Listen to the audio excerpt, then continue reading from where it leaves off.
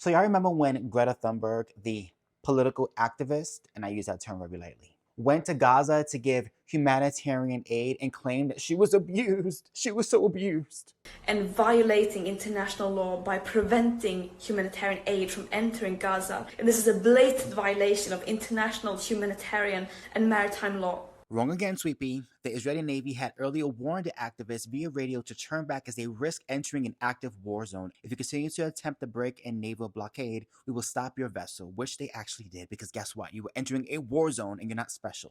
They failed to ensure our safety. She said, "There's a lot I don't remember. So much is happening at once, you're in shock.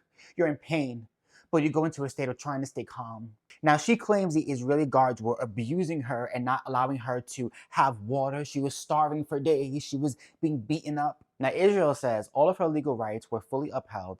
And interestingly enough, Greta refused to expedite her deportation and insisted on prolonging her stay in custody.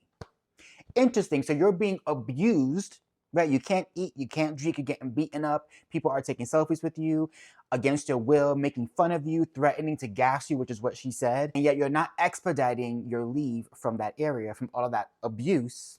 You want to stay there even longer. I'll tell you why she wanted to stay there longer, because it was all political theater. And you know how I know? Because Miss Greta Thunberg, the human rights activist, has said absolutely nothing over Hamas executing Palestinians every single day since the ceasefire happened just a couple of days ago. Hey, Greta, where are you?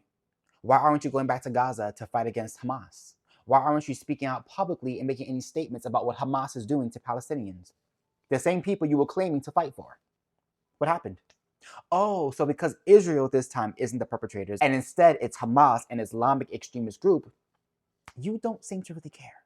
I've said it before and I'll say it again. People like Greta Thunberg make me sick because they don't truly care about human rights. They only care about the optics of their human rights campaign. Because Israel is a part of it, she's an activist. But when Hamas is a part of it, she's silent. Call me crazy, but if you care about Palestine and Palestinian lives, then you should care about every life, regardless of who is taking the life. Israeli government or Hamas.